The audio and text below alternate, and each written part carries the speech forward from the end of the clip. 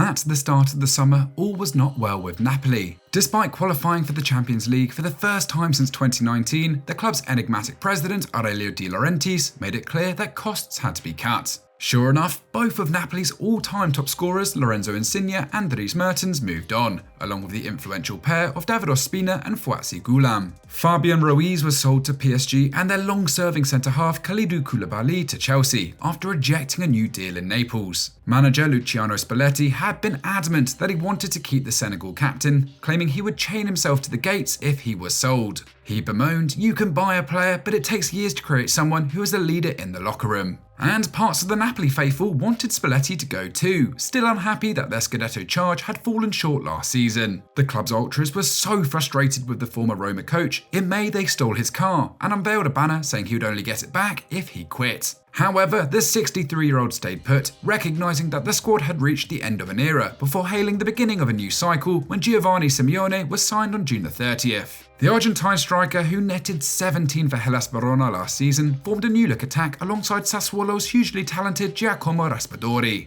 Other arrivals included Tanguy Ndombele and Andre Frank Samba Anguissa, left-back Matias Oliveira from Espanyol, and the unheralded pair of Khvicha Kvaratskhelia and Kim Min-jae. Kvaratskhelia joined from Dinamo Batumi in Georgia and Kim from Fenerbahce, the latter given the daunting task of replacing Koulibaly. In total, the new signings cost €68 million, but with such a large overhaul, there were no promises of success. Yet Spalletti put on an optimistic front, declaring, "I'm convinced we will make the fans fall in love again." And how this Napoli have delivered on that promise. The only unbeaten side in Europe's top 5 leagues alongside PSG, Real Madrid and Atalanta, the Partenopei are leading the charge in Serie A and on the continent. The goals are flowing, new heroes emerging, and the Diego Maradona is back to its glorious best. "I was seeing stars," hailed Spalletti following an electric 4-2 win against Ajax that secured their progression through to the Champions League knockout rounds. Never before had the club achieved that after just 4 matches. But how have this Napoli side exploded into arguably the most exciting team in Europe?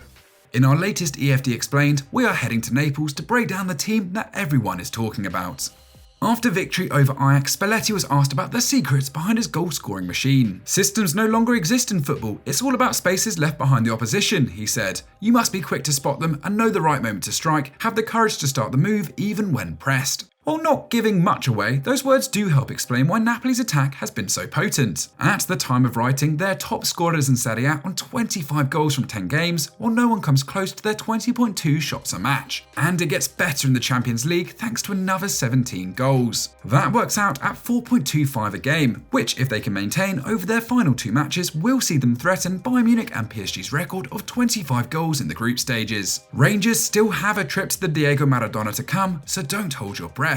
What's remarkable about their efforts in the Champions League is that 10 different players have got on the score sheet. The goals are being spread around in Serie A too, with 13 players getting in on the act. For context, Maurizio Sarri's Lazio are the next most prolific attack on 21, yet only 8 players have scored. Spalletti's entire forward line has been ruthless, allowing him to tinker during matches without the loss of any threat. Raspadori and Simeone have 9 goals between them, even Hirving Lozano has scored in 3 straight games, while Matteo Politano and Victor Osimhen have popped up with 4 goals apiece. So often their talisman since signing from Lille, this season Osimhen has already missed 6 games of injury. But unlike before, the club have options to cover his absence. It should also not be overlooked how effective Napoli's fullbacks are going forward. Mario Rui and Giovani Di Lorenzo have 6 assists between them in Serie A, while both ranking among the top defenders in Italy for chances created. However, the star of the show is Khvicha Kvaratskhelia. Already dubbed Kvaradona on the streets of Naples, the Georgian winger has lit up the pitch with 13 goal involvements in all competitions. Playing on the left of Spalletti's 4-3-3, the former Rubin Kazan star is often the weapon of choice when it comes to exploiting space left by the opposition. No other forward at Napoli has been targeted for a pass more often than the 21-year-old. And once in possession, he is not afraid to take on defenders, channeling Spalletti's desire to strike by attempting a huge 3.9 dribbles per 90. Admittedly, his dribble completion rate of 46.6% is poor, and he's losing possession over 5 times a match, but it's testament to Spalletti's direction that he's still being given the freedom to attack defences regardless. The result is a mammoth 3.9 shots a match, big chance creation numbers, and over 1 non-penalty goal and assist per 90. In this regard, only Lazio's Sergej Milinkovic-Savic has been more productive than the Georgian sensation.